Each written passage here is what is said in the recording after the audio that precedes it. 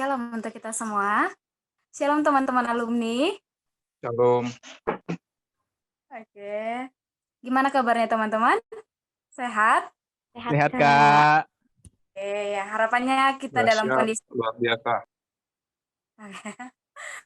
harapannya kita dalam kondisi yang sehat ya teman-teman. Sungguh sukacita yang luar biasa ketika malam ini kita boleh bertemu secara virtual untuk mengadakan ibadah pengutusan alumni Fakultas Pertanian dan Kehutanan. Berbicara tentang panggilan hidup merupakan hal yang sangat penting. Dan setiap orang tanpa terkecuali diberikan Tuhan sebuah panggilan. Dan tiap-tiap orang memiliki panggilan yang berbeda-beda. Mungkin teman-teman alumni yang hadir saat ini masih banyak yang sedang bergumul untuk panggilan hidupnya. Baik itu dalam memilih pekerjaan seperti apa, bekerja di mana, atau apa yang sebenarnya yang menjadi visi Allah atas hidup kita yang untuk kita kerjakan. Tapi jangan khawatir teman-teman, karena malam ini kita akan diteguhkan kembali oleh kebenaran firman Tuhan melalui ibadah pengutusan alumni kita dengan tema God Vision yang akan dibukakan lebih dalam lagi oleh abang kita, Bang Triawan. Kepada abang, selamat bergabung dan selamat melayani, Bang.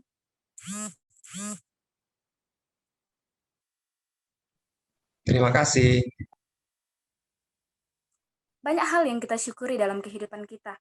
Meskipun saat ini kita sedang dalam kondisi pandemi, di mana mungkin kita terbatas dalam bertemu dengan orang-orang yang kita kasihi, bahkan kita juga terbatas dalam melakukan segala aktivitas kita. Namun, Tuhan masih terus memelihara kita, memberkati kita, bahkan menyatakan kasih setianya setiap hari kepada kita. Baik itu untuk kesehatan, pekerjaan, studi, bahkan pelayanan yang masih boleh kita kerjakan secara virtual saat ini. Baik teman-teman, sekarang kita akan membaca firman Tuhan. Mari kita buka Alkitab kita di tempat kita masing-masing yang terambil dari Nehemia 2 ayat 11 sampai 12. Dan saya akan membacakan untuk kita semua, tekad untuk membangun kembali tembok Yerusalem. Maka tibalah aku di Yerusalem.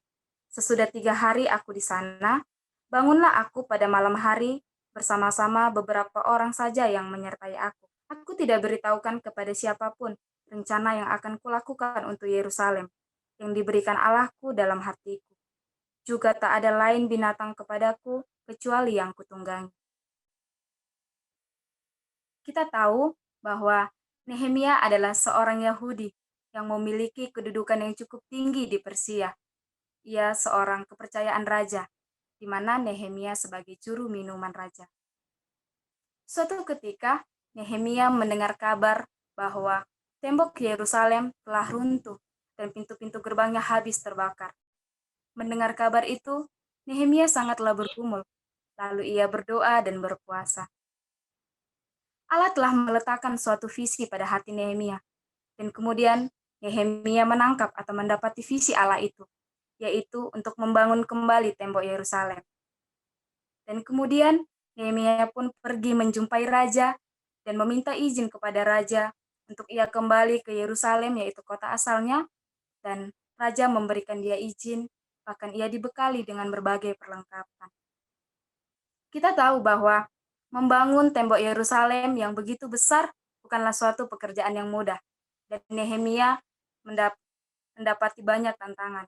Namun, Tuhan tetap menyertainya, bahkan Tuhan yang menolongnya, sehingga Nehemia dapat menyelesaikan, bahkan mengerjakan visi itu. Mungkin kita yang ada di sini, teman-teman alumni, masih banyak yang sedang bergumul untuk visi yang telah Tuhan letakkan bagi kita. Tapi kita tidak perlu takut, cemas, ataupun bimbang, karena Tuhan jugalah yang akan menolong dan menyertai kita. Untuk itu, mari kita nyatakan segala penyembahan kita kepada Tuhan. Kita bernyanyi, kunyanyi haleluya. Dan di akhir lagu, kami mengundang Bang Triawan untuk membawakan firman.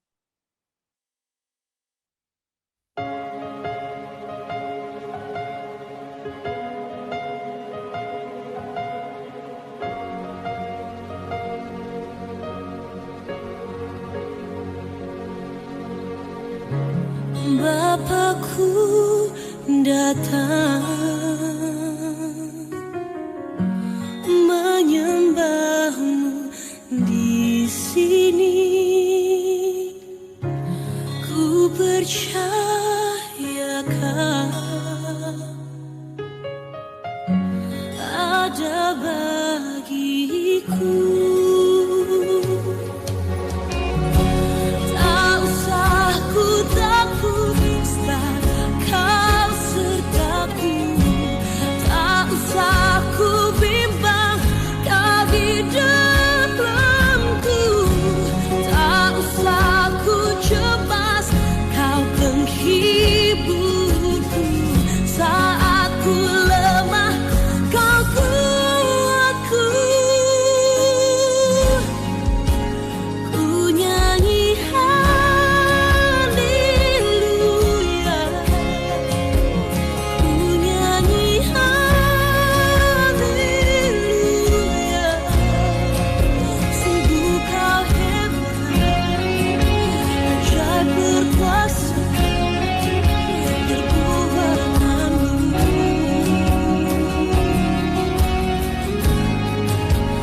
Ku nyanyi haleluya.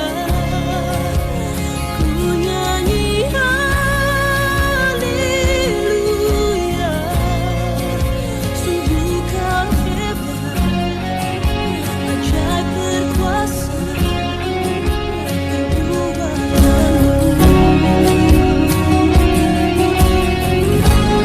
di hidupku.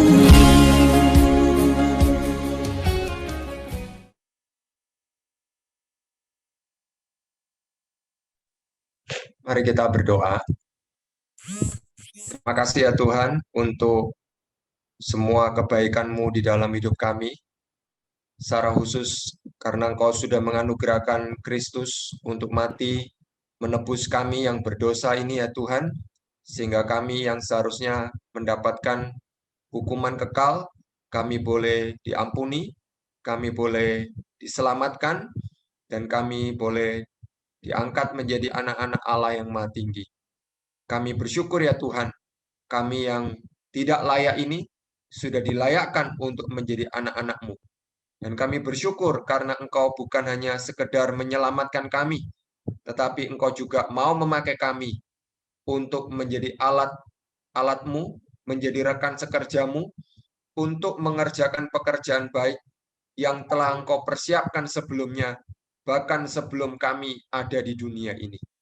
Kiranya kami boleh mengerti apa yang menjadi panggilan Tuhan di dalam hidup kami, dan kiranya Roh Kudus-Mu yang menolong kami, supaya kami boleh mengerjakan panggilan-Mu ya Tuhan. Walaupun kami juga sadar, mengerjakan panggilan Tuhan tidak akan pernah tanpa tantangan, kesulitan, dan masalah. Karena mengerjakan panggilan Tuhan pasti juga harus membuat kami rela untuk memikul salib-Mu ya Tuhan. Oleh karena itu tolonglah kami, supaya kami tidak menjadi orang-orang Kristen yang hidup hanya untuk mencari uang, mencari kesenangan-kesenangan kami sendiri, tetapi biarlah kami lebih-lebih mencari apa yang menjadi panggilan Tuhan, supaya hidup kami yang sangat singkat ini boleh menjadi hidup yang menyenangkan hati Tuhan, menjadi berkat bagi banyak orang, dan pada akhirnya memuliakan nama Tuhan. Terima kasih ya Tuhan, berkatilah ibadah kami, dalam nama Yesus, amin. Ya, shalom teman-teman sekalian. Izinkan saya untuk berbagi slide. Ya, apakah slide saya sudah kelihatan? Kelihatan, Bang. Ya, puji Tuhan, terima kasih. Nah, kita akan membaca firman Tuhan dari Yeremia 29 ayat 7, Efesus 2 ayat 10, dan Efesus 4 ayat 28. Ya. Saya minta 3 orang. Yang pertama, ya, untuk membacakan Yeremia adalah Jeffrey William Siregar. Lalu nanti yang membacakan Efesus 2 ayat 10 ini Deviana Simanjuntak. Dan yang terakhir Efesus pasal 4 yang membacakan adalah Riando Gea. Ya, saya persilakan mulai dari Yeremia, lalu Efesus 2, lalu Efesus 4. Saya persilakan. Yeremia Silakan, 20, ya, silakan baik. Jeffrey. Yeremia 29 ayat 7. Usahakanlah kesejahteraan kota ke mana kamu aku buang, dan berdoalah untuk kota itu kepada Tuhan, sebab kesejahteraan adalah kesejahteraanmu. Ya, silakan dilanjutkan. Efesus 2 ayat 10 firman Tuhan, hanya kami harus tetap mengingat orang-orang miskin, dan memang itulah yang sungguh-sungguh kuusahakan melakukan. Maaf Deviana, itu Galatia ya kalau nggak salah ya? Galatia ya Bang? Efesus Iya, ya, Bang. Efesus. Efesus 2 ayat 10 firman Tuhan, karena kita ini buatan Allah, diciptakan dalam Kristus Yesus untuk melakukan pekerjaan baik yang dipersiapkan Allah sebelumnya. Ia mau supaya kita hidup di dalamnya. Baik, silakan dilanjutkan, Riando. Efesus pasal 4 ayat 28. Orang yang mencuri, janganlah ia mencuri lagi, tetapi baiklah ia bekerja keras dan melakukan pekerjaan yang baik dengan tangannya sendiri, supaya ia dapat membagikan sesuatu kepada orang yang berkekurangan. Ya, terima kasih untuk Jeffrey, Deviana, dan Riando. Demikianlah firman Tuhan. Berbahagialah setiap orang yang tekun membaca, merenungkan, dan melakukan firman Tuhan hari lepas hari. Nah, teman-teman yang terkasih, pertanyaan terbesar ya, salah satu pertanyaan terbesar di dalam hidup setiap orang ya, entah dia percaya kepada Tuhan atau dia tidak percaya kepada Tuhan, adalah why am I here? Ya. Kenapa saya ada di dunia ini? Ya. Kenapa saya hidup? Ya. Dan pertanyaan lain yang juga pertanyaan besar adalah, lalu setelah ini saya akan kemana? Ya, maksudnya setelah ini itu karena apa? Karena kita semua tahu bahwa manusia itu akan mati. Ya, jadi setelah mati saya akan kemana? Ya, ya, ini adalah pertanyaan-pertanyaan besar.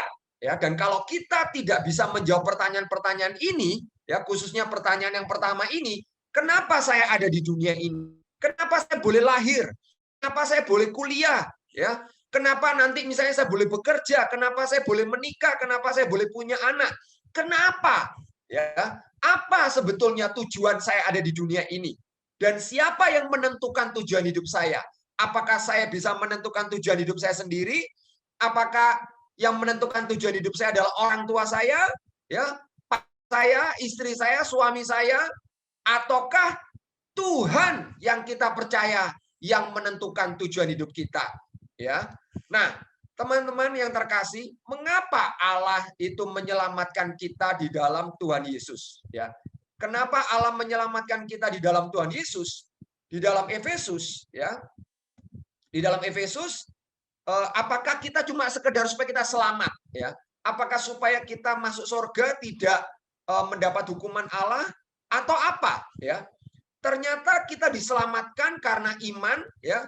Yang dikatakan bukan karena usaha kita, bukan karena pekerjaan kita, itu supaya dikatakan kita melakukan pekerjaan baik, ayat 10, yang dipersiapkan Allah sebelumnya. Kalimat yang dipersiapkan Allah sebelumnya itu adalah, kalau kita mengacu di pasal 1, ya, jadi kalau teman-teman membaca Efesus pasal 1, ya, maka kita akan tahu sebelumnya itu adalah sebelum dunia ini ada. Bukan hanya sebelum nenek moyang kita ada, bahkan sebelum dunia ini ada, Allah itu sudah menetapkan bahwa kita akan lahir di dunia ini, dan Allah sudah menetapkan supaya apa? Supaya kita boleh mengerjakan pekerjaan baik. Tentunya setelah kita diselamatkan, ya, setelah kita mengenal Tuhan Yesus, maka kita diberikan satu visi, satu panggilan untuk mengerjakan pekerjaan baik yang dipersiapkan Allah sebelumnya, dan firman Allah mengatakan Ia mau, atau Allah mau supaya kita hidup di dalamnya, ya. Maksudnya itu hidup di dalam pekerjaan baik itu. Nah, pertanyaannya adalah, apa pekerjaan baik yang Allah sudah persiapkan bagi kita itu, ya? Dengan tujuan tentunya supaya kita hidup di dalamnya dan supaya kita memuliakan Allah, ya. Jadi kalau teman-teman, ya, kalau abang kakak dan teman-teman sekalian itu membaca dari pasal 1 Efesus, maka kita akan lihat langsung secara jelas sekali bahwa tujuan kita diselamatkan itu adalah supaya kita memuliakan Allah. Tujuan kita diselamatkan, ya. Nah, Bagaimana supaya kita bisa memuliakan Allah? Maka kita harus mengerjakan pekerjaan baik atau mengerjakan panggilan Allah yang sudah Allah persiapkan sebelumnya, ya. Tanpa kita mengerjakan panggilan Allah, tanpa kita mengerjakan pekerjaan baik itu, maka hidup kita akan sia-sia. Kenapa sia-sia? Karena kita tidak akan bisa memuliakan Allah, ya. Jadi satu-satunya cara supaya kita bisa memuliakan Allah adalah kita hidup sesuai dengan visi Allah, hidup sesuai dengan panggilan Allah. Di luar itu, walaupun kita mungkin jadi orang kaya, jadi orang berkuasa, jadi orang hebat, jadi orang yang dikagumi banyak orang, tetapi sesungguhnya hidup kita tidak akan memuliakan Allah. Orang bisa memuliakan kita, tetapi kalau orang tidak memuliakan Allah melalui hidup kita, sesungguhnya hidup kita itu sia-sia. Nah, kita akan masuk ke dalam Yeremia, ya. Nah, teman-teman sadar nggak gitu ya? Yeremia 29 ayat 7 yang tadi dibacakan oleh Jeffrey, ini adalah perintah yang sebetulnya tidak masuk akal. Ya. Usahakanlah kesejahteraan kota mana kamu aku buang. Ya. Kenapa ini tidak masuk akal? Karena untuk apa kita mengusahakan kesejahteraan kota di mana kita dibuang? Ya. Konteksnya ini kan waktu itu kan Israel, ya, orang-orang Yehuda setelah Yerusalem kalah, ya, setelah Yehuda itu kalah, Israel Selatan begitu ya. Lalu mereka dikalahkan oleh Babel, mereka dibuang ke Babel, ya. Pertanyaannya, untuk apa mengupayakan kesejahteraan Babel? Bukankah Babel itu kota musuh, ya? Bukankah Babel yang telah menghancurkan Yerusalem, telah menghancurkan Bait Allah, telah menghancurkan tembok Yerusalem yang tadi dibacakan oleh teman untuk kemudian dibangun kembali oleh Nehemia, ya. Jadi untuk apa kita harus melakukan itu semua untuk kota musuh kita, ya. Jadi ini perintah yang sangat tidak masuk akal. Tetapi inilah yang diperintahkan Allah. Usahakan kesejahteraan kota kemana kamu aku buang, dan berdoalah untuk kota itu kepada Tuhan atau kepada Yahweh, sebab kesejahteraannya adalah kesejahteraanku, ya. Jadi teman-teman yang terkasih, bila orang buangan harus mengupayakan kesejahteraan kota kemana mereka dibuang, ya, lebih-lebih bagi kita semua yang bukan orang buangan, ya. Saya percaya tidak ada di sini yang adalah orang buangan. Betul ya teman-teman ya? Tidak ada kan di sini yang sampai kuliah merasa, oh saya ini dibuang, diusu misalnya kayak gitu ya. Kan nggak seperti itu. Tidak ada di sini yang adalah orang buangan. Kita adalah orang-orang yang ditempatkan Allah, lahir di Indonesia, dan khususnya teman-teman lahir mungkin sebagian besar ya lahir di Sumatera Utara, ya. Jadi kita semua bukan orang buangan, dan itu sebabnya kalau orang buangan harus mengupayakan kesejahteraan kota kemana mereka dibuang, lebih-lebih kita yang bukan orang buangan, ya.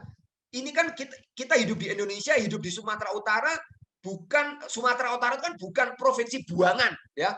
Bunga Manik tidak dibuang di Sumatera Utara. Anita tidak dibuang di Sumatera Utara. Ya, Tuhan sengaja menempatkan kalian dengan suatu maksud dan tujuan tertentu. Ya, nah, mengapa kita harus mengupayakan kesejahteraan kota kemana mereka dibuang? Ya, karena Firman Tuhan katakan kesejahteraan kota itu akan menjadi kesejahteraanmu. Ya, dan ini menarik, ya, menarik. Kenapa? Ini tidak biasa karena fokusnya bukankah diri mereka, ya, bukan diri mereka, tetapi kota tempat mereka dibuang. Biasanya kan kita berpikir, ya, biasanya itu orang tuh berpikir gini, saya akan mengerjakan panggilan Tuhan kalau saya sudah punya uang banyak, kalau saya sudah kaya, ya, barulah saya akan mengerjakan panggilan Tuhan, ya. Kalau saya belum kaya, belum punya rumah 2, belum punya mobil 3, belum punya suami, belum punya istri misalnya, belum punya anak mungkin, ya, maka saya tidak akan mengerjakan panggilan Tuhan. Teman-teman, itu pikiran yang jelas-jelas keliru, ya. Jadi di sini karena apa? Karena di sini fokusnya adalah usahakan kesejahteraan kota kemana kamu aku buang. Jangan mikirin kesejahteraanmu sendiri. Pikirkan dulu adalah kesejahteraan kota. Dan kalau kamu memikirkan kesejahteraan kota, maka kamu akan sejahtera. Ya, sekali lagi, kalau kamu betul-betul memikirkan kesejahteraan kota itu, makanya kamu akan sejahtera. Ya, nah nanti ini akan saya jelaskan lagi ya, nanti di akhir menjelang khotbah ini selesai ya. Jadi Alkitab itu mengajarkan yang sebaliknya. Fokus kita yang sebetulnya adalah bukan pada diri kita sendiri, ya. Jadi nanti kita akan lihat ya di slide selanjutnya salah satu tantangan ya kalau ditanya apa sih Bang Triawan tantangan terbesar orang mengerjakan panggilan Allah? Tantangannya adalah egoisme, ya. Kita seringkali lebih memikirkan diri kita sendiri daripada memikirkan kota, ya, memikirkan orang lain, memikirkan bagaimana panggilan Tuhan untuk kita kerjakan, ya, karena kita terlalu banyak atau terlalu fokus hanya memikirkan kepentingan kita sendiri, ya. Jadi teman-teman yang terkasih, apapun yang kita mau lakukan, entah itu studi, ya, studi lanjut mungkin, bekerja, buka bisnis, atau apapun, kita harus pikirkan apa? Kesejahteraan kota atau kesejahteraan orang lain. Inilah yang baru Alkitabiah, ya. Jadi fokusnya sekali lagi adalah kita harus memikirkan orang lain, bukan hanya memikirkan diri sendiri. Kenapa? Karena kalau kita memikirkan orang lain, maka itu akan menjadi kesejahteraanmu, ya. Itu akan menjadi kesejahteraanmu. Ya, di dalam 2 Korintus 5 ayat 15 ya. Firman Tuhan mengatakan melalui Rasul Paulus ya, dan Kristus telah mati untuk semua orang supaya mereka yang hidup tidak lagi hidup untuk dirinya sendiri, tetapi untuk Dia, untuk Kristus yang telah mati dan telah dibangkitkan untuk mereka.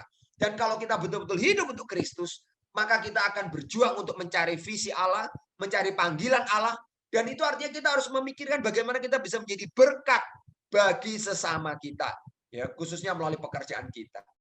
Nah, sekarang kita akan lihat lagi ayat yang lain ya, yang tadi dibacakan oleh Riando ya. Nah, ini juga adalah ayat yang tidak biasa ya.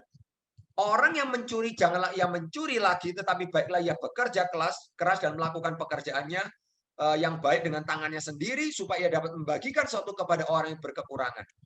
Kenapa saya katakan tidak biasa ya? Karena apa?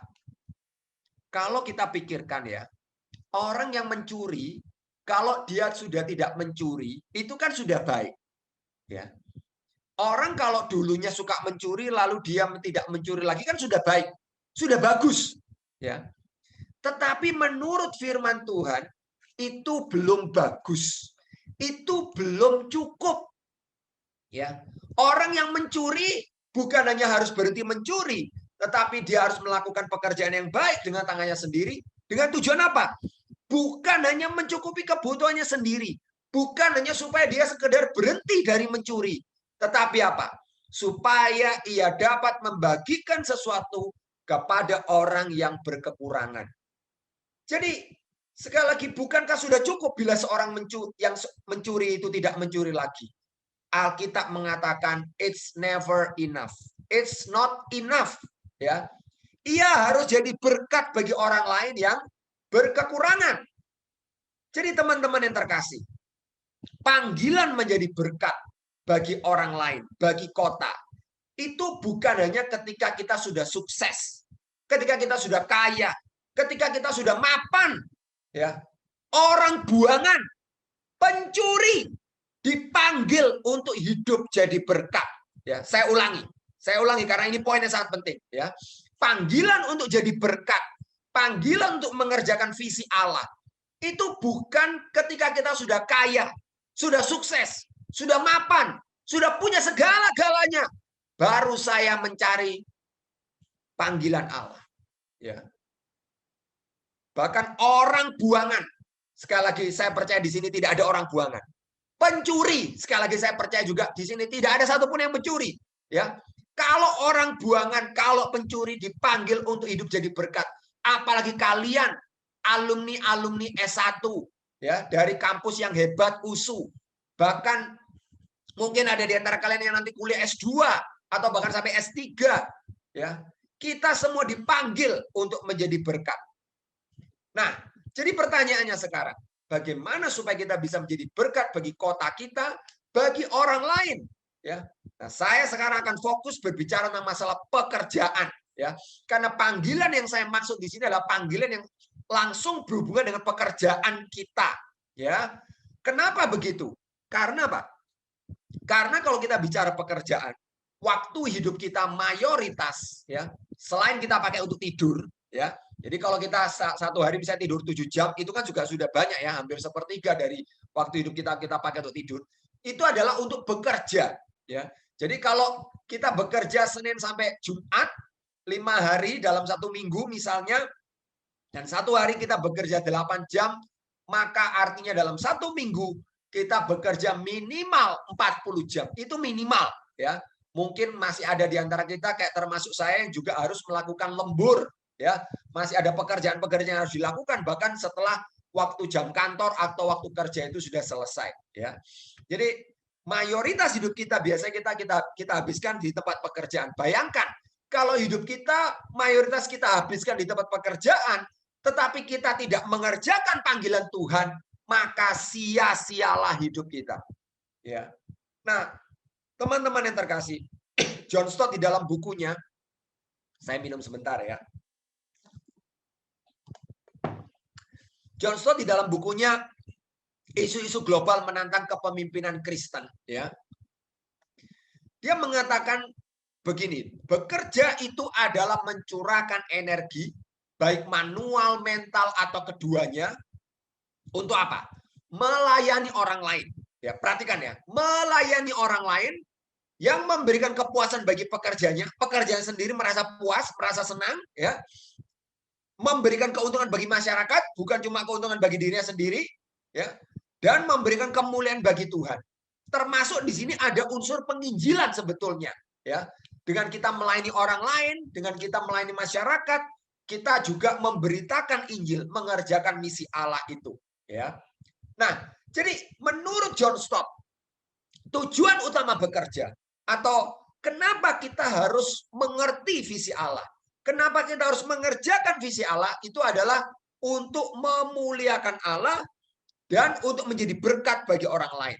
Ya, sekali lagi, tanpa kita menjadi berkat bagi orang lain, kita tidak akan memuliakan Allah. Dan kalau kita tidak menjadi berkat bagi orang lain, kalau kita tidak memuliakan Allah, maka sia-sialah kita diselamatkan. Karena Efesus pasal 2 yang tadi kita bacakan, khususnya ayat 10, kita diselamatkan, ya, kita dipilih sebelum dunia ada, itu supaya kita mengerjakan pekerjaan baik, tujuannya adalah memuliakan Allah. Ya, jadi saya ulangi sekali lagi, kalau kita tidak mengerjakan panggilan Allah, kalau kita tidak menjadi berkat bagi orang lain, kalau kita lulus, ya, saya banyak ketemu mahasiswa kalau saya tanya, kenapa kamu kuliah? Untuk dapat pekerjaan. Kenapa kamu bekerja? Untuk cari uang. Lalu saya tanya lagi, kalau sudah cari uang, untuk apa? Untuk beli rumah, beli mobil, untuk bisa menikah. Terus kalau sudah punya rumah, punya mobil, sudah menikah, punya anak, terus untuk apa? Ya beli rumah lagi, ya, cari uang lagi. Terus seperti itu. Sampai kapan? Sampai mati. Sudah selesai begitu? Saya bilang, salah kalau kamu cara berpikirnya seperti itu. Ya, itu benar-benar keliru. Karena sekali lagi Alkitab mengatakan kita diselamatkan supaya kita jadi berkat, supaya kita akhirnya memuliakan Allah. Ya. Nah, jadi pertanyaannya adalah bagaimana supaya kita bisa jadi berkat bagi sesama? Supaya kita akhirnya bisa memuliakan nama Tuhan. Maka kita mestinya harus bekerja berdasarkan panggilan Allah atau visi Allah. Nah, panggilan Allah atau visi Allah itu bagaimana cara menemukannya?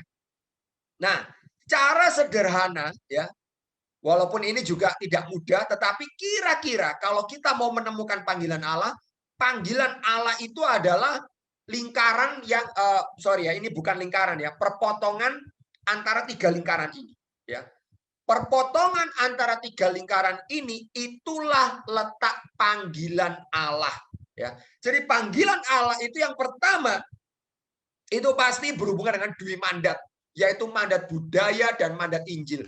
Mandat budaya artinya bagaimana kita bisa membawa shalom, membawa kesejahteraan bagi sesama, bagi dunia ini melalui profesi kita. Jadi kalau teman-teman profesinya berhubungan dengan pertanian, maaf ya, ini berhubungan dengan pertanian, berhubungan dengan kehutanan, ya, kalian harus memikirkan bagaimana, ya, apa yang harus saya lakukan supaya melalui profesi saya ya, saya bisa mendatangkan kemuliaan bagi nama Tuhan. Kalau kalian perhatikan ya, yang terjadi belum lama ini di NTT itu kan ada terjadi banjir bandang. Kalian pasti sudah tahu, banjir bandang itu kenapa bisa terjadi? Itu pasti berhubungan dengan kerusakan lingkungan, kerusakan hutan. Ya. Dan ketika hutan rusak, perhatikan ya, ketika kemudian terjadi cuaca buruk, terjadi hujan, terjadi badai siklon Seroja itu, maka yang terjadi apa? Yang terjadi adalah banjir bandang, sehingga bukan cuma sekedar merugikan material ya, ada bangunan-bangunan rumah yang hancur, ternak-ternak yang hanyut, bahkan manusia pun ikut hanyut dan mati. Ya. Jadi teman-teman, mengerjakan dua mandat budaya, dan yang kedua pasti adalah mandat Injil. Ya, mandat budaya itu berhubungan dengan profesi, berhubungan dengan pekerjaan kita, keahlian kita, bagaimana kita menjadi shalom melalui profesi kita, melalui pekerjaan kita, tapi juga mandat Injil untuk kita menjadikan segala bangsa murid. Nah, panggilan Allah juga berhubungan lingkaran yang kedua, yaitu apa? Minat, karunia, dan keahlian kita. Ya, di mana minat kita, di mana karunia kita, di mana keahlian kita, sehingga kita senang, ya, kita senang melakukannya. Ya, jadi panggilan Allah itu berhubungan dengan passion kita. Apa yang membuat kita tuh paling passionate? Passionate itu maksudnya itu kalau kita ngerjakan itu ngelembur pun nggak masalah, gitu ya. Nah, seperti itu. Karena memang kita senang mengerjakan itu, ya. Jadi tetapi nggak cuma sekedar senang, ya, nggak cuma sekedar senang dan nggak cuma dapat uang melalui itu pekerjaan, tetapi apa?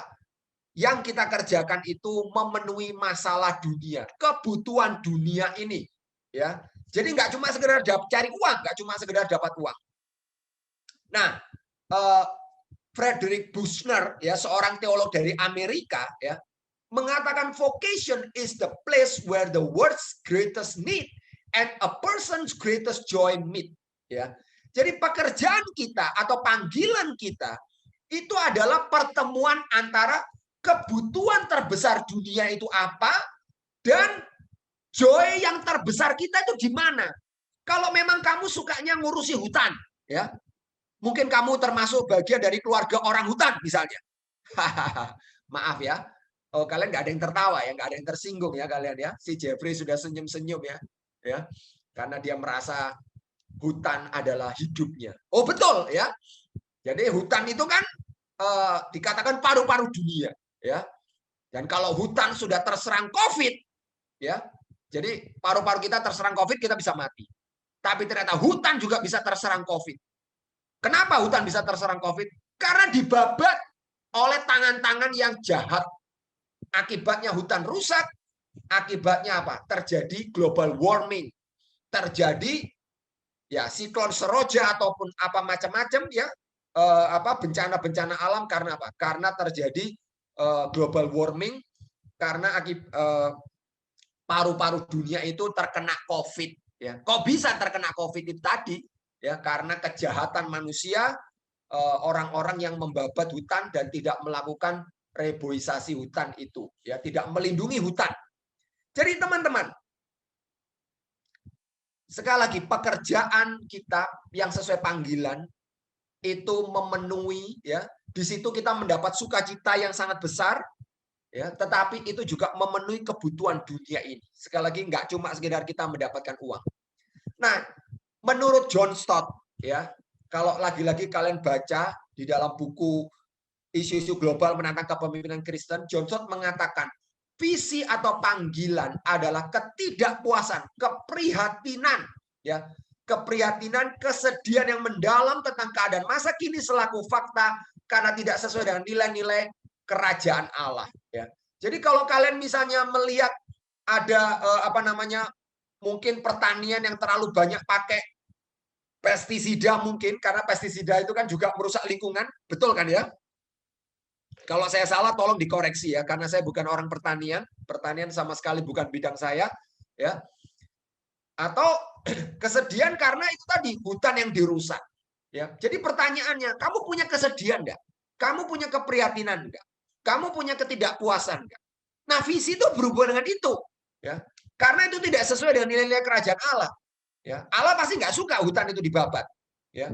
Lalu kemudian nggak cuma kesedihan ya, tapi juga diikuti dengan suatu pandangan yang tajam tentang keadaan yang seharusnya sebagai suatu kemungkinan.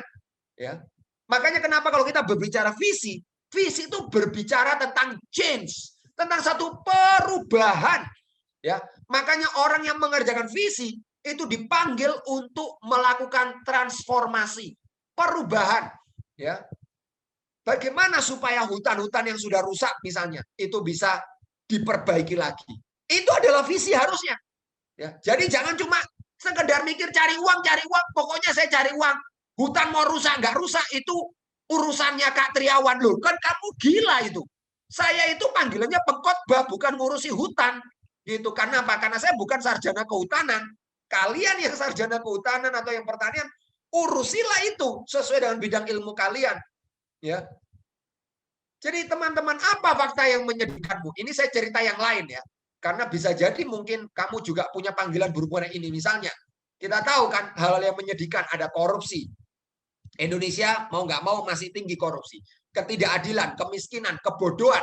Ya, khususnya di kantong-kantong Kristen itu masih banyak terjadi kebodohan, masih banyak terjadi kemiskinan. Ya, bahkan juga di kantong-kantong Kristen terjadi korupsi. Ya, angka gizi buruk, hukum yang bisa dibeli. Ya, jadi hanya orang kaya lah yang akan menang di dalam hukum itu, ya. Dan ini kan ketidakadilan, pencemaran perusahaan lingkungan, banjir bandang, narkoba, perceraian dan macam-macam lagi yang lain masalah-masalah. Atau apa? Angka pornografi, free sex yang begitu tinggi di kalangan remaja pemuda, ya. Itu sebabnya kenapa Perkantas ada. Saya sebagai staf Perkantas, kenapa kita melayani siswa mahasiswa? Salah satunya menolong anak-anak muda bisa lepas dari belenggu pornografi free sex ini. Supaya mereka bisa hidup dalam kekudusan dan hidup akhirnya memuliakan Tuhan. Ya. Dan juga kita bisa mungkin sedih, tidak puas kenapa ada gereja-gereja yang cuma fokus pada diri sendiri. Ya. Dan masih banyak suku-suku terabaikan yang belum mendengar Injil. Masih banyak orang. Ya. Kalau di Sumatera itu, orang-orang di Aceh sudah pasti. Orang-orang Melayu sudah pasti. Banyak sekali. Ya. Suku-suku terabaikan di Sumatera, ya, karena Sumatera itu pulau di mana paling banyak ada suku-suku terabaikan di dunia ini yang belum mendengarkan Injil Tuhan kita Yesus Kristus. Ya. Jadi pertanyaannya, bagaimana dengan dunia pertanian? Ya, coba ya, ini mungkin nggak usah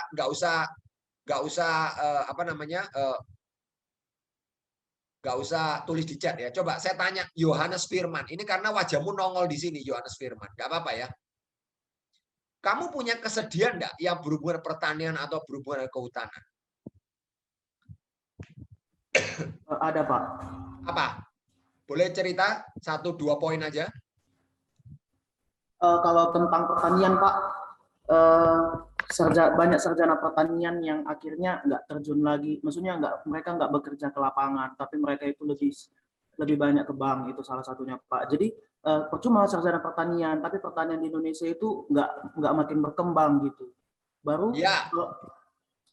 Pak, kalau misalnya kita lihat di dinas-dinas pertanian kayak gitu kan, Pak. Kalau misalnya ditelusuri lebih dalam, banyak sebenarnya yang mengerjakan, maksudnya nggak mengerjakan hal-hal untuk mengembangkan pertanian di Indonesia gitu, tapi mereka lebih mementingkan diri mereka sendiri, akhirnya mereka korupsi dan lain-lain. Jadi hal-hal seperti itu, Pak. Dan satu lagi, pertanian di Indonesia itu sebenarnya kan kita negara agraria, tapi secara teknologi kita tertinggal sampai akhirnya kita nggak bisa maksimal di dalam mengerjakan menghasilkan pertanian-pertanian di Indonesia gitu sih, Pak.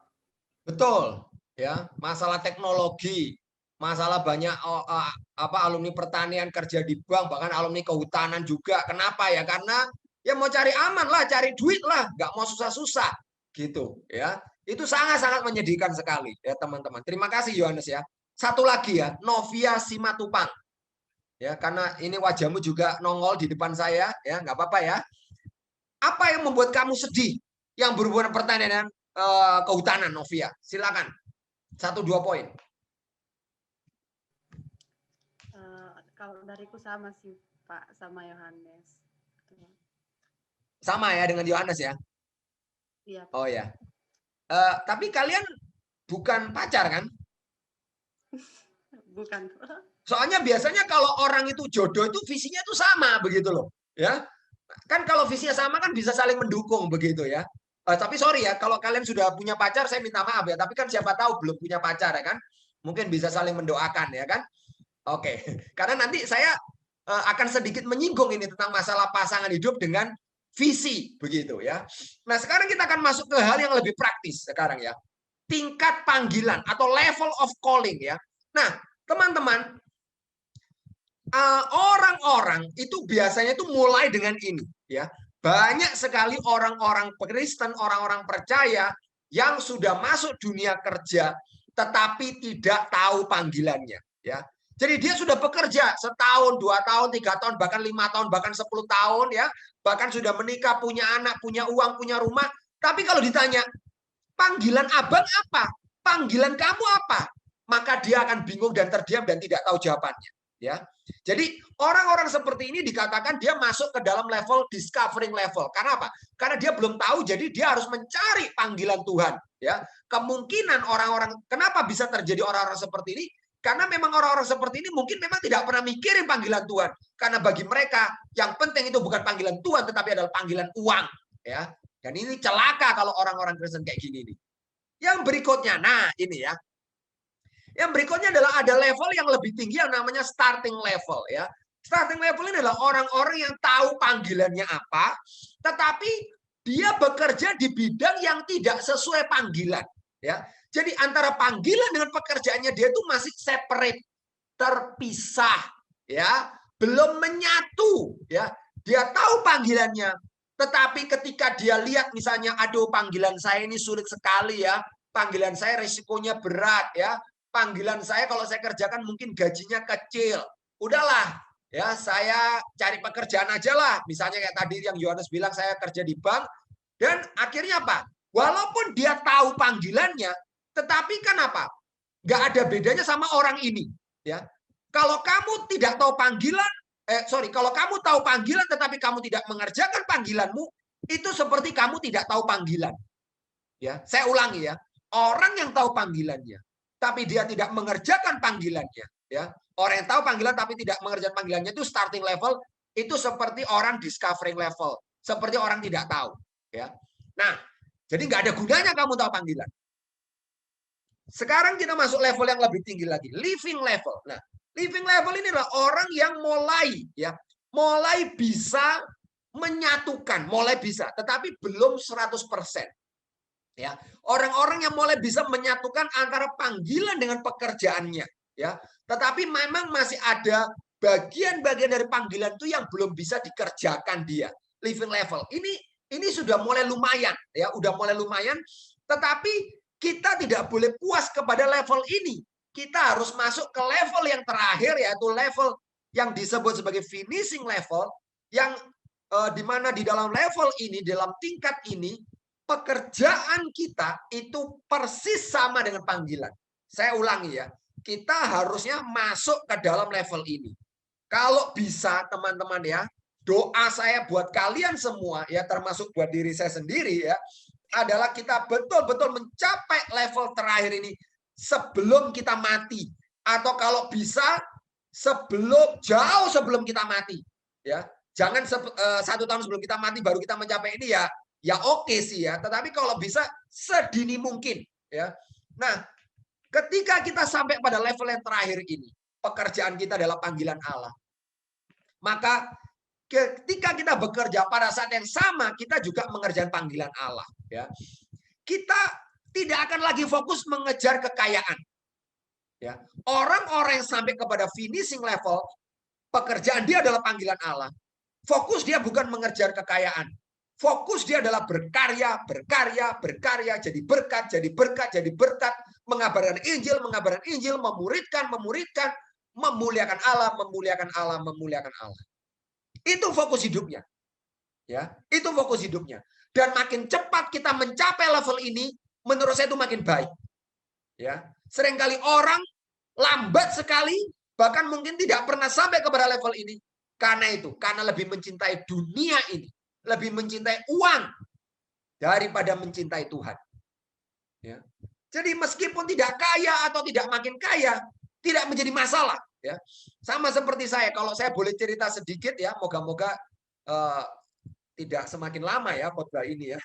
Jadi ketika saya jadi staf perkantas ya, 6 tahun pertama saya jadi staf perkantas, gaji saya sangat kecil ya. Dan karena saya dikasih anugerah oleh Tuhan punya adik kelompok kecil, hampir semua ya, mungkin ada kira-kira 50% ada di kelompok kecil saya tuh termasuk golongan ekonomi sulit.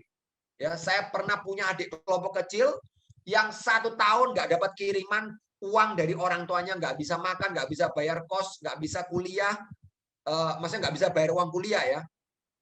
Jadi apa yang saya lakukan? Maka apa?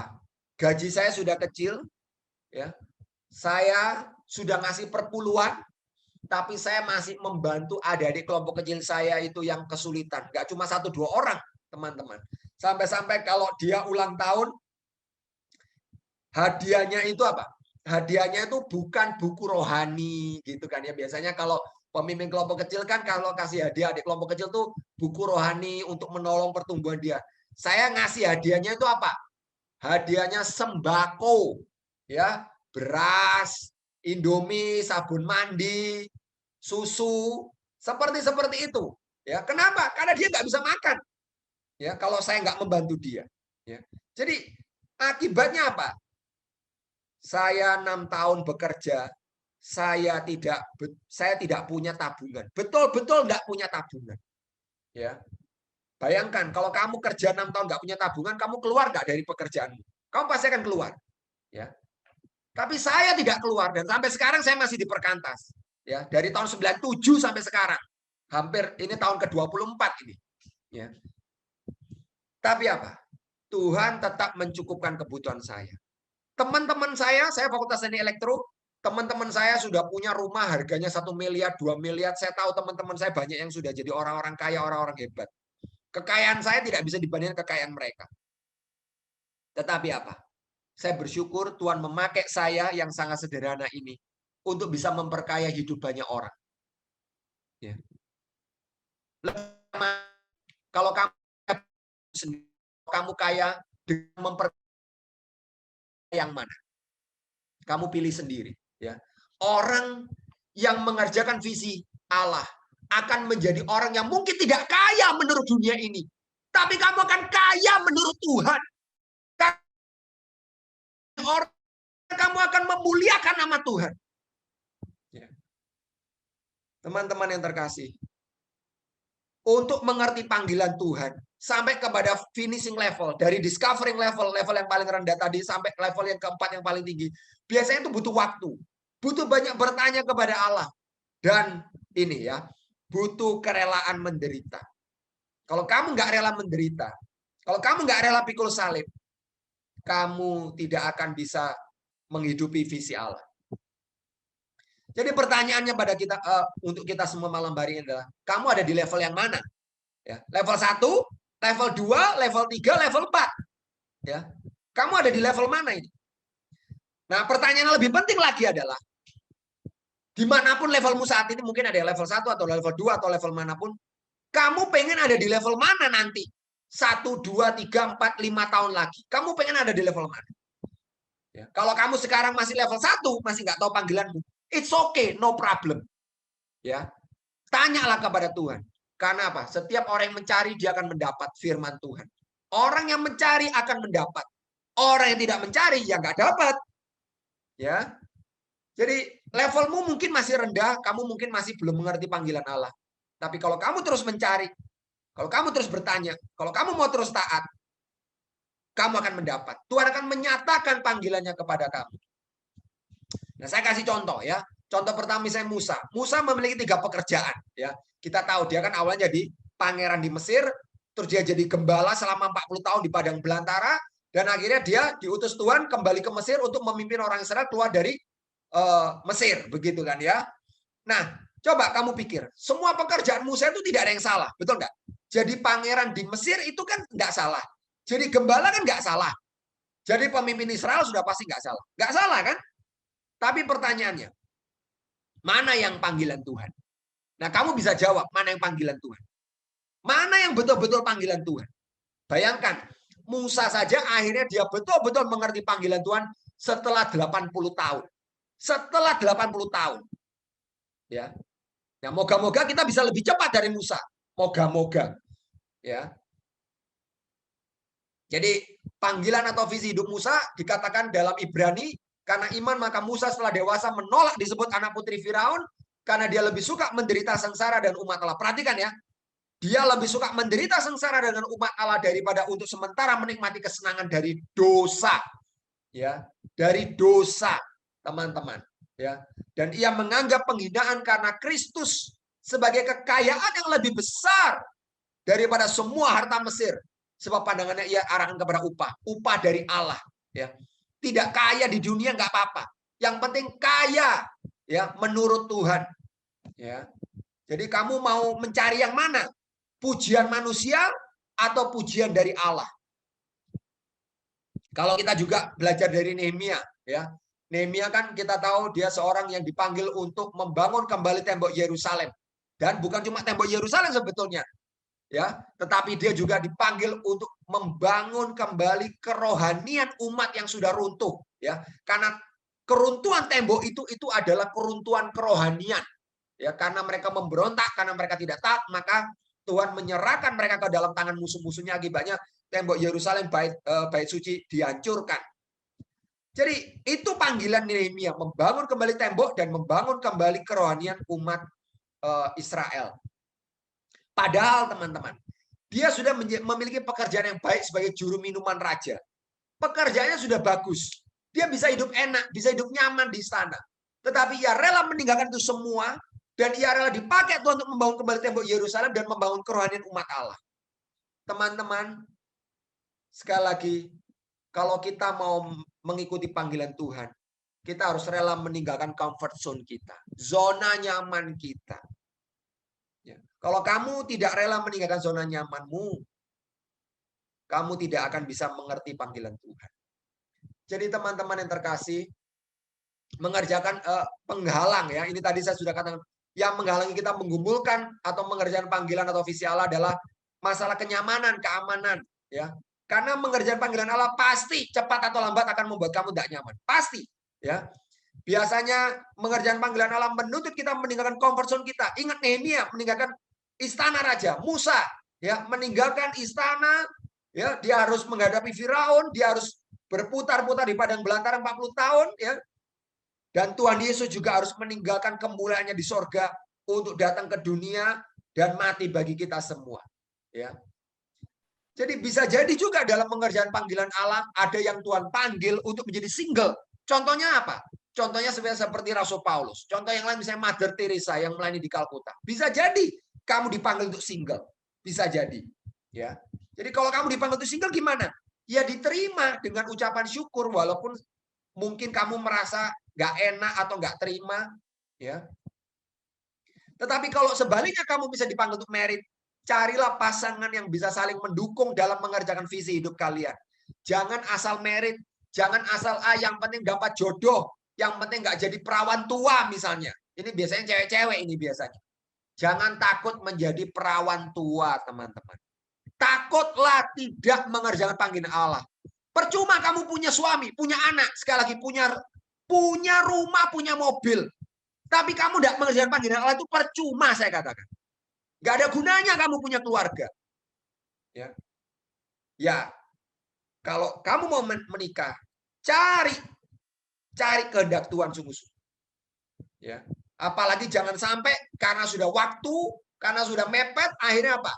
Yang suka sama kamu orang non-Kristen, kamu mau menikah, malah kamu meninggalkan kekristenan, atau kamu tetap mempertahankan ikut Yesus, tetapi mungkin suamimu atau istrimu tidak percaya Yesus, dan anak-anakmu nanti bingung.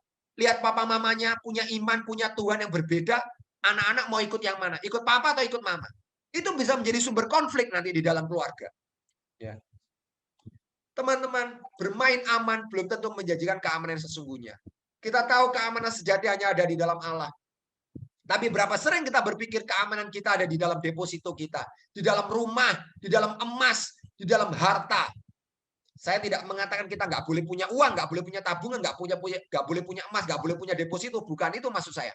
Tapi marilah kita mengandalkan Tuhan lebih daripada tabungan kita, kekayaan kita, kekuatan kita. Dan ini adalah ayat yang sering diabaikan, ya teman-teman. Carilah dahulu kerajaan Allah dan kebenarannya, maka semuanya itu akan ditambahkan kepadamu. Semuanya itu apa? Ya apa yang kamu butuhkan? Makanan, minuman, rumah, pasangan hidup. Tuhan sanggup untuk menambahkan. Tapi firman Tuhan katakan apa? Cari dahulu. Artinya apa? Utamakan. Utamakan. Untuk mencari panggilan Tuhan. Untuk mencari apa yang Tuhan mau. Dan percayalah, Tuhan sanggup mencukupkan kebutuhanmu. Ya, Tuhan sanggup menganugerahkan pasangan hidup kalau memang Tuhan memandang kamu memang butuh pasangan hidup. Ya, kalau memang kamu dipanggil untuk menikah. Tetapi utamakan dulu Tuhan. Jangan berpikir yang sebaliknya. Ya, karena apa? Karena saya pernah ketemu dengan seorang alumni senior. Ini alumni senior. Waktu saya ketemu itu saya masih muda. Sebelum tahun 2000 saya ketemu beliau. Itu awal-awal saya jadi staf perkantas. Dia seorang direktur pada waktu itu. Direktur satu perusahaan yang besar. Dia ngomong begini sama saya. Ya, dia ngomong begini. Triawan, kalau saya nggak bisa jadi kayak kamu. Kalau saya mau melayani Tuhan, saya akan cari uang dulu yang banyak. Ya, kalau tabungan saya sudah banyak, baru saya akan mau melayani Tuhan. Dalam hati saya, celakalah kalau kita berpikir dengan cara seperti itu. Saya lulus dari Fakultas Teknik Elektro, saya langsung menyerahkan diri kepada Tuhan. Karena memang 2 tahun sebelum saya lulus, saya sudah tahu panggilan Tuhan. Ya, saya tahu nggak banyak orang yang sebelum dia lulus, dia sudah tahu panggilannya. Memang idealnya sebelum kamu lulus dari kampus, kamu sudah tahu panggilanmu. Ya. Tapi kalaupun kamu belum tahu, masih ada waktu untuk mencari panggilan Tuhan. Tapi carilah dahulu. Betul-betul utamakan. Betul-betul prioritaskan. Ya. Apapun resikonya jalani. Percayalah. Ya, firman Tuhan mengatakan diberkatilah orang yang mengandalkan Tuhan, ya. Tetapi terkutuklah manusia yang mengandalkan dirinya sendiri. Ya. Dan kiranya kita semua boleh diberkati oleh Tuhan untuk boleh terus hidup bagi Tuhan, mengerjakan panggilan Allah. Mari kita berdoa. Terima kasih Tuhan untuk setiap firman-Mu. Berkatilah setiap anak-anak-Mu di sini supaya mereka boleh sungguh menjadi anak-anak Tuhan yang hidup bukan sekedar mencari uang, mencari kekuasaan, mencari kenyamanan, mencari pasangan hidup, tapi lebih-lebih mencari dahulu kerajaan Allah dan kebenaran. Terima kasih ya Bapa. Hamba-Mu sudah selesai berbicara. Kiranya Roh Kudus-Mu yang melanjutkan karya-Mu untuk meneguhkan firman ini dan boleh menguatkan anak-anak-Mu untuk mencari apa yang menjadi panggilan Tuhan dan melakukannya di dalam hidup mereka. Dalam nama Yesus. Amin. Ya, saya kembalikan kepada MC. Terima kasih, Bang. Bersyukur buat firman yang boleh sama-sama kita dengar, dan semoga firman yang boleh kita dengar boleh meneguhkan kita dalam mencari dan mengerjakan panggilan Tuhan. Dan saat ini kita akan melakukan pengutusan kepada koordinator, kami persilakan.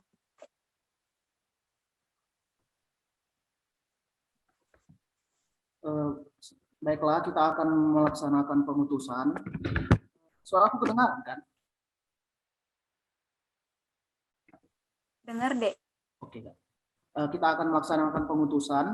Mari kita mengambil sikap yang ternyaman. Mari kita bersatu di dalam doa.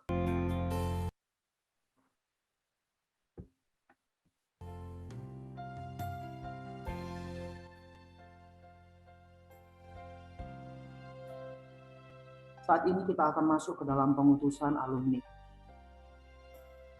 Mari kita berfokus kepada Allah.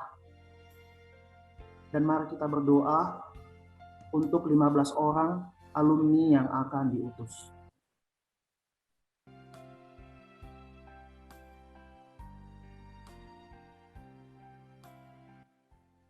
Izinkanlah saya sebagai koordinator UKM KMK USU unit pelayanan Fakultas Pertanian untuk mengutus 15 orang alumni pada hari ini.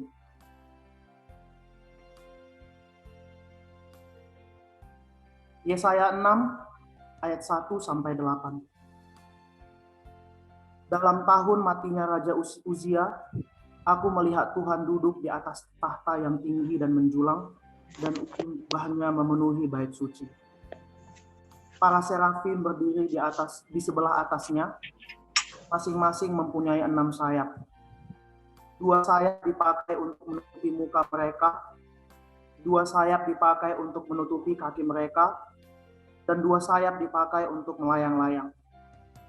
Dan mereka berseru seorang kepada seorang, katanya, Kudus, kudus, kuduslah Tuhan semesta alam. Seluruh bumi penuh kemuliaan-Nya. Maka bergoyanglah alas ambang pintu disebabkan suara orang yang berseru itu, dan rumah itu pun penuhlah dengan asap. Lalu kataku, celakalah aku binasa, sebab aku ini seorang yang najis bibir, dan aku tinggal di tengah-tengah bangsa yang najis bibir. Namun mataku telah melihat Sang Raja, yakni Tuhan semesta alam. Tetapi seorang daripada serafim itu terbang mendapatkan aku. Di tangannya ada bara yang diambilnya dengan sepit dari atas mezbah. Ia menyentuhkannya kepada mulutku serta berkata, lihat, ini telah menyentuh bibirmu. Maka kesalahanmu telah dihapus, dosamu telah diampuni. Lalu aku mendengar suara berkata, siapakah yang akan kuutus? Dan siapakah yang mau pergi untuk aku? Maka sahutku, ini aku, utuslah aku.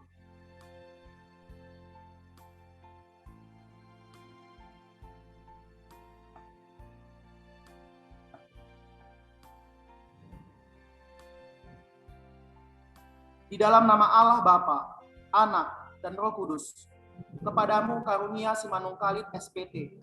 Berdoalah dan nyatakanlah komitmenmu di hadapan Allah untuk menjadi sarjana pertanian yang takut akan Tuhan dan bermisi. Saat ini, mari kita berdoa untuk karunia, agar karunia menjadi garam dan terang dimanapun berada. Dan mari kita juga berdoa untuk visi pribadinya, untuk rencananya membuka usaha di kampung. Mari kita berdoa untuk itu.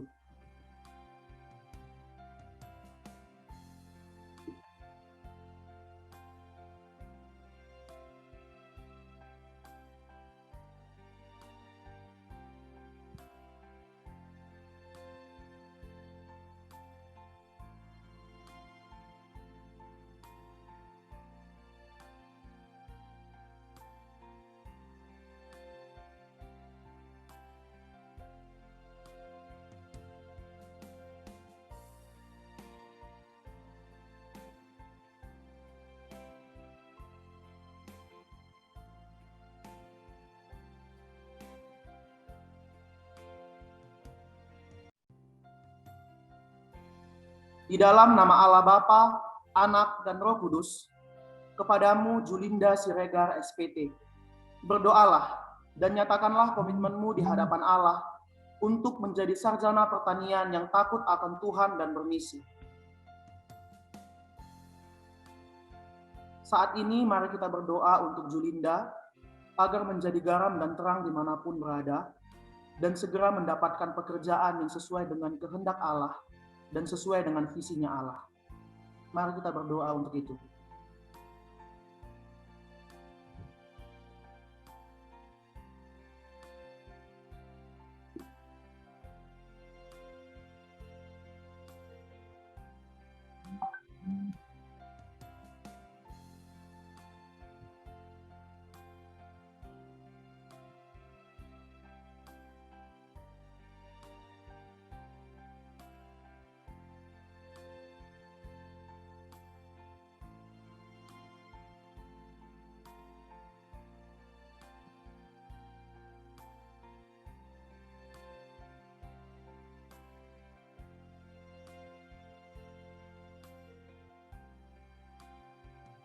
Di dalam nama Allah Bapa, Anak, dan Roh Kudus, kepadamu, Agatha Kristimanik SPI.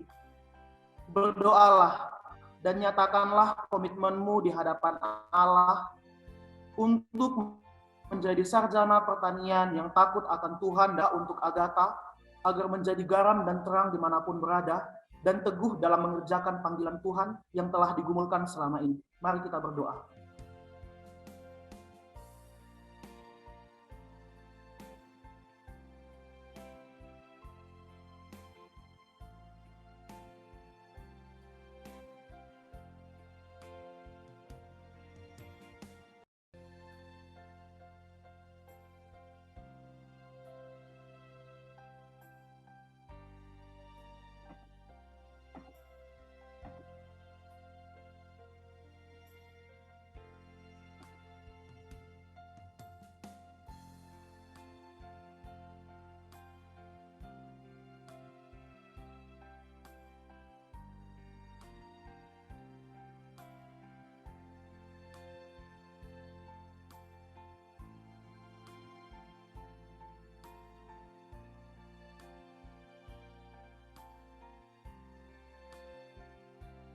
Di dalam nama Allah Bapa, Anak, dan Roh Kudus, kepadamu, Devi Wiranata Sihombing SPI. Berdoalah dan nyatakanlah komitmenmu di hadapan Allah untuk menjadi sarjana pertanian yang takut akan Tuhan dan bermisi. Dan mari kita berdoa untuk Devi agar menjadi garam dan terang dimanapun berada, dan dalam pergumulannya dalam menentukan visi pribadinya, dalam pencarian pekerjaan, agar memiliki motivasi yang benar dan mengetahui kehendak Allah. Mari kita berdoa untuk itu.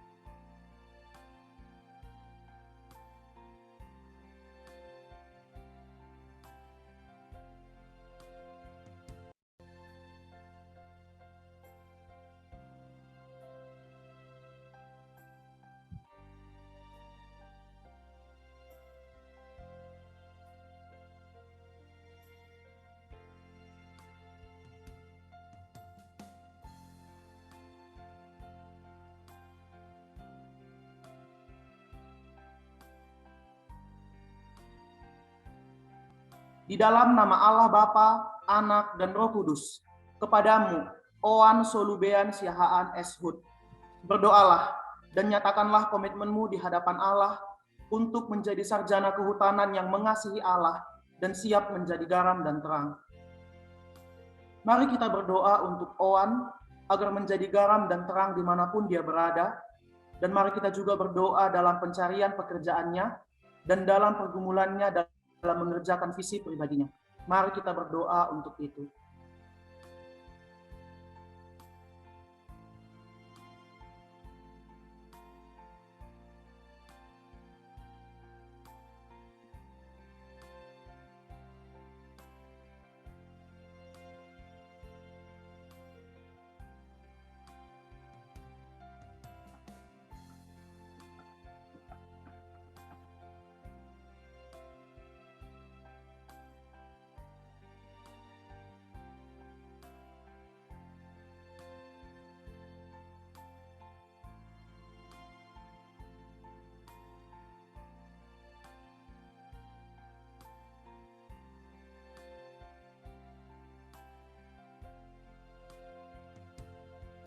Di dalam nama Allah Bapa, Anak, dan Roh Kudus, kepadamu, Rade Putra Satrio Hutagalung SAGR, berdoalah dan nyatakanlah komitmenmu di hadapan Allah untuk menjadi sarjana pertanian yang takut akan Tuhan dan bermisi.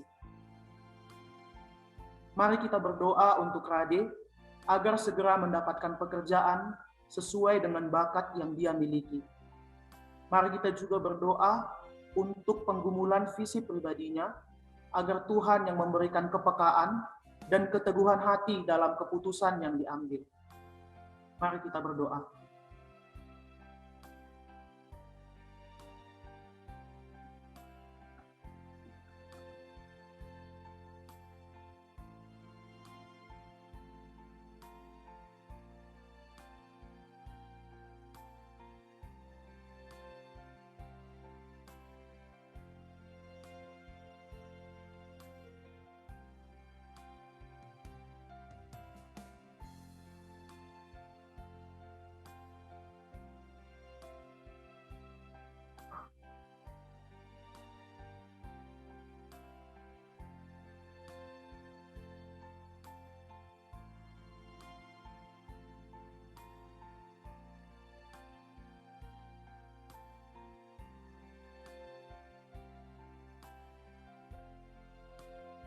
Di dalam nama Allah Bapa, Anak, dan Roh Kudus, kepadamu, Agus Fernando Simanjuntak, SAGR, berdoalah dan nyatakanlah komitmenmu di hadapan Allah untuk menjadi sarjana pertanian yang takut akan Tuhan dan bermisi.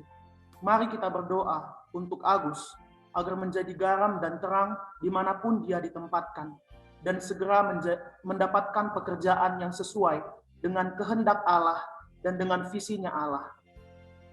Dan mari kita juga berdoa untuk Agus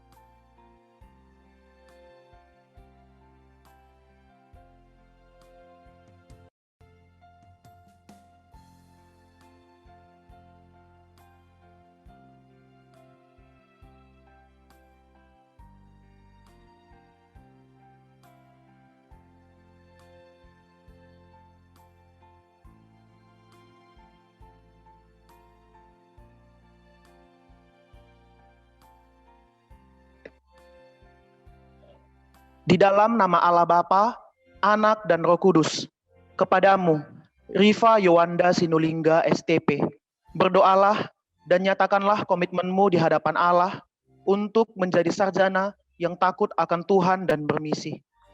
Dan mari kita berdoa untuk Riva agar menjadi alumni dan menjadi garam dan terang dimanapun dia berada. Dan di dalam pencarian pekerjaan, agar mendapatkan yang sesuai dengan kehendak Allah. Mari kita berdoa untuk itu.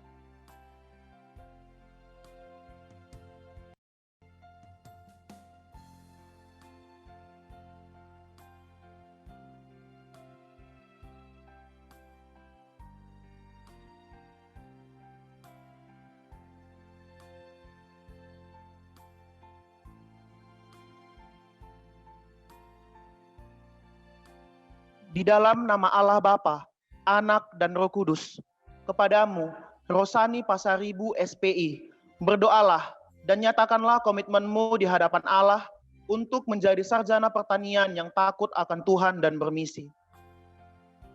Mari kita berdoa untuk Rosani agar dia siap sedia menjadi alumni yang jadi garam dan terang dimanapun dia berada, dan biarlah dia segera mendapatkan pekerjaan yang sesuai dengan kehendak dan visinya Allah. Mari kita berdoa untuk itu.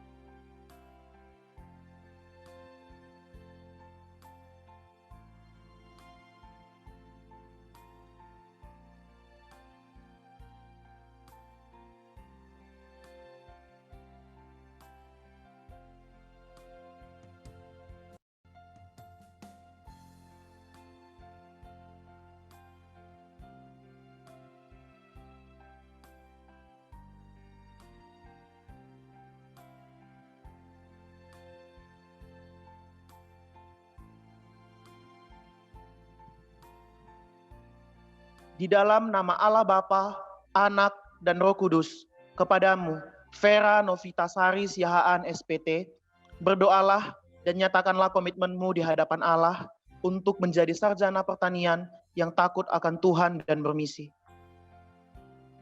Mari saat ini kita berdoa untuk Vera agar menjadi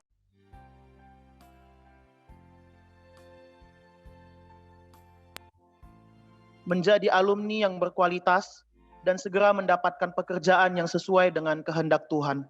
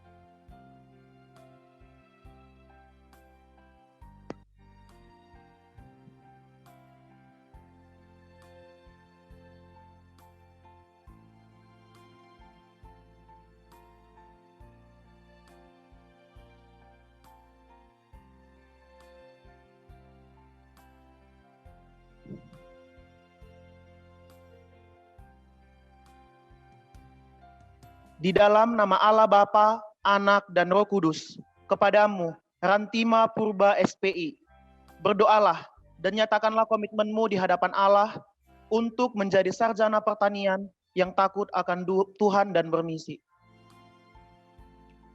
Mari kita berdoa untuk Rantima dalam pencarian pekerjaan agar mendapatkan yang sesuai dengan panggilan Tuhan dan agar tetap teguh dalam setiap keputusan yang dipilih ke depannya. Mari kita berdoa.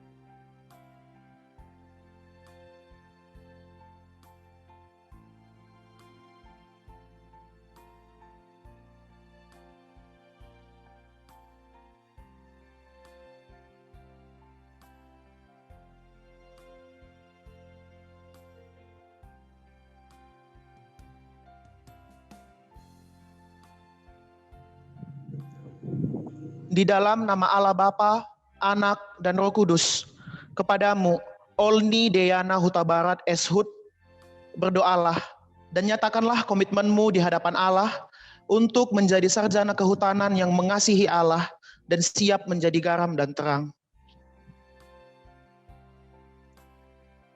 Mari kita berdoa untuk Olni agar menjadi alumni yang berkualitas, yang tetap mengandalkan Tuhan dalam setiap keputusan ke depan, dan Tuhan yang memberikan kekuatan ketika menjawab iya pada panggilan Tuhan ke depannya. Mari kita berdoa untuk itu.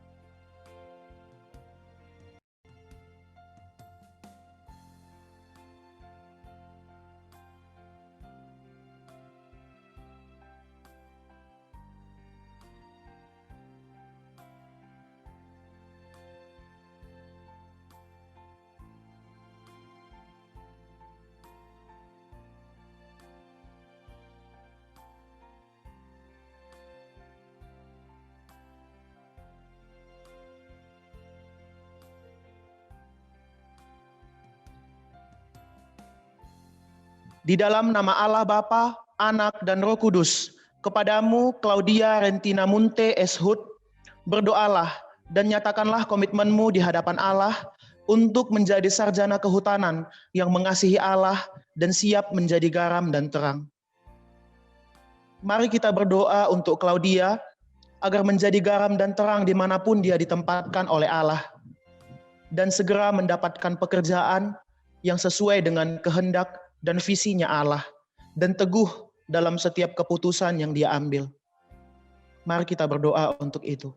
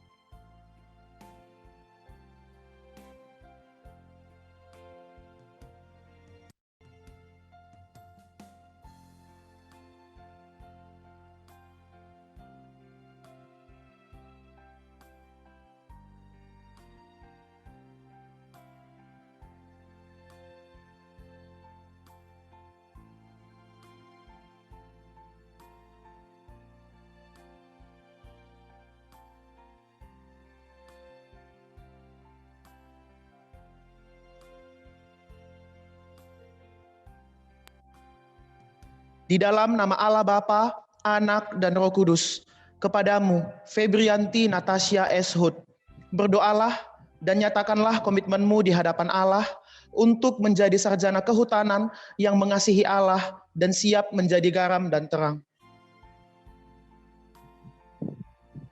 Mari kita berdoa untuk Febrianti agar menjadi alumni yang berkualitas dimanapun dia berada, dan segera mendapatkan pekerjaan yang sesuai dengan visinya Allah, dan untuk pergumulan yang akan dihadapinya di dunia alumni nanti, agar Tuhan yang tetap meneguhkan. Mari kita berdoa untuk itu.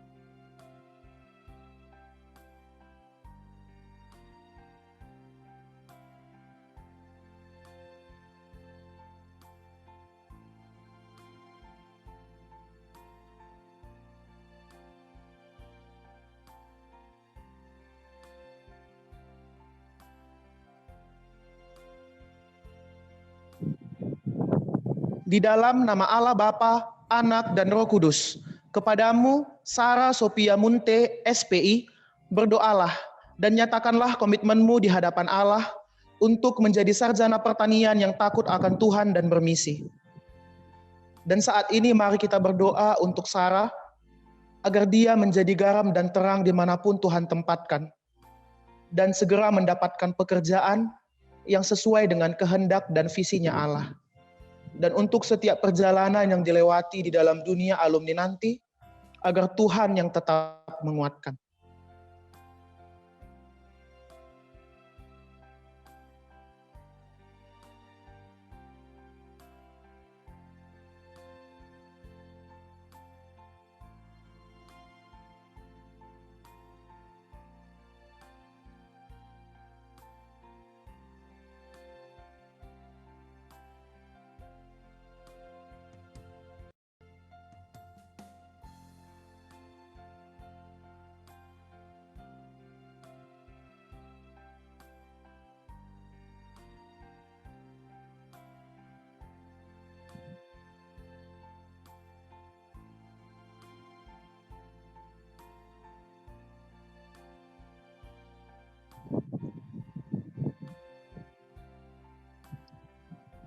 Saat ini, mari kita berdoa untuk 15 orang alumni yang telah diutus, agar mereka tetap sungguh-sungguh di dalam mengikuti Tuhan, mengerjakan panggilan yang telah Tuhan berikan kepada mereka, Banyak tantangan dan halangan yang akan dihadapi ke depannya ketika berada di dunia alumni. Tetapi biarlah mereka tetap mengingat bagaimana kasih Allah di dalam kehidupan mereka, bagaimana Allah telah mati di atas kayu salib untuk menebus mereka dari dosa. Dan biarlah kita berdoa agar ke-15 alumni yang telah kita utus tetap setia sampai akhir hidup mereka, tetap memikul salib dan menyangkal diri setiap hari, dan mengikut Tuhan. Mari kita berdoa untuk itu.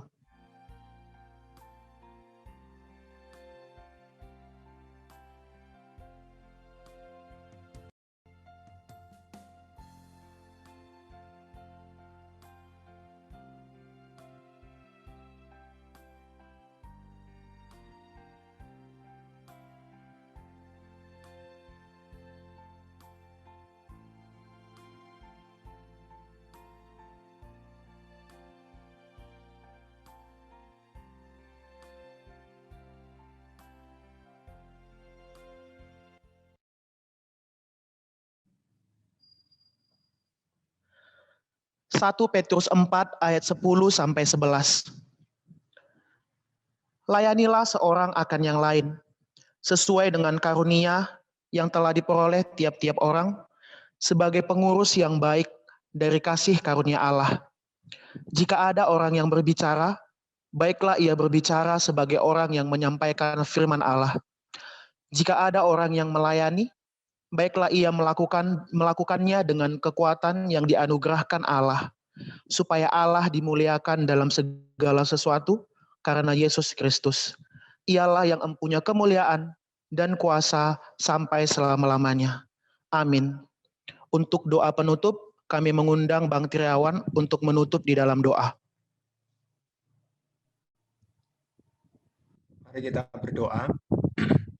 Terima kasih Bapak, kami bersyukur karena di dalam acara malam pengutusan ini kami percaya bukan manusia yang mengutus kami, tetapi Tuhan sendiri hadir bersama-sama kami dan telah mengutus kami untuk kami pergi untuk mengerjakan misi Allah, mengerjakan panggilan Allah, untuk menjadi berkat, menjadi garam dan terang, memberitakan Injil Tuhan kepada orang-orang yang belum mengenal Tuhan, supaya semakin banyak orang yang memuliakan nama Tuhan.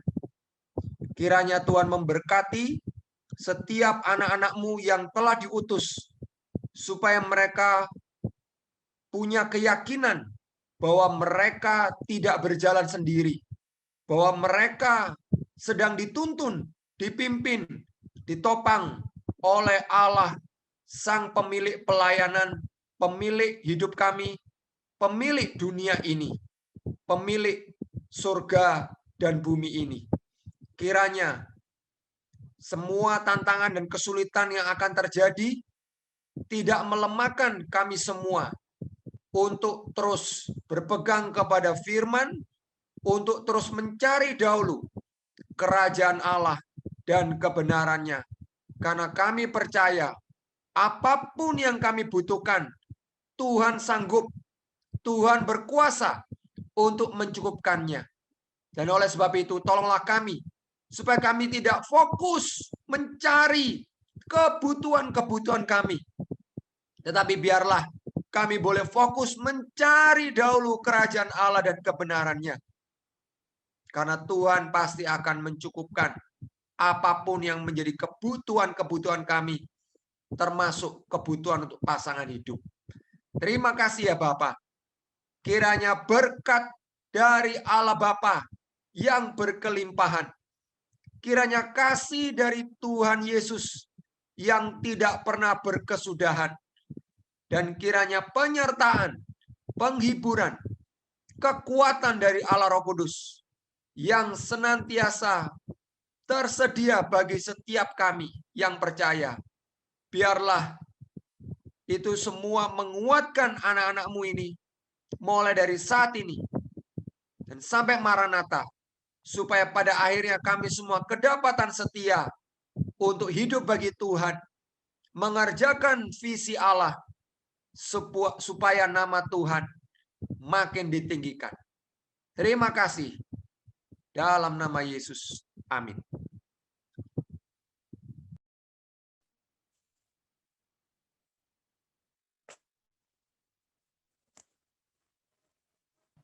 Dikembalikan ke MC, Kak.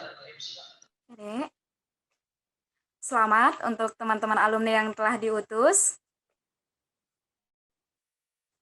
Sebagai alumni yang telah dibina untuk menjadi serupa dengan Kristus, sudah seharusnya lah kita menyerahkan hidup kita, cita-cita, dan masa depan kita kepada Tuhan.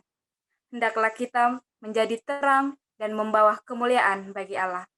Mari saat ini kita nyatakan komitmen kita di hadapan Tuhan. Kita bernyanyi, Tuhan inilah hidupku.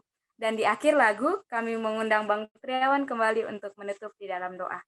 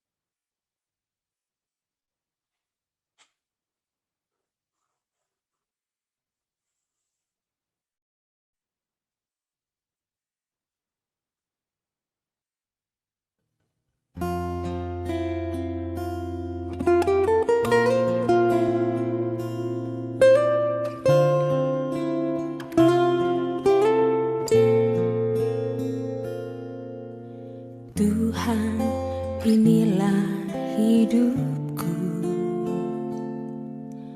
Ku serahkan padamu segala cita-citaku, masa depanku menjadi milikmu. Jadikan kami terangmu di tengah kegelapan dunia, membawa bangsa-bangsa kepadamu. Tuhan, ini kerinduanku bagimu Tuhan, seluruh hidupku. Pakailah Tuhan bagi kemuliaan-Mu, genapi seluruh rencana-Mu, sampai bumi penuh kemuliaan-Mu. Bagimu Tuhan, seluruh hidupku. Pakailah Tuhan bagi kemuliaan-Mu, genapi seluruh rencana-Mu, sampai bumi penuh kemuliaan-Mu, sampai bumi penuh kemuliaan-Mu, sampai bumi penuh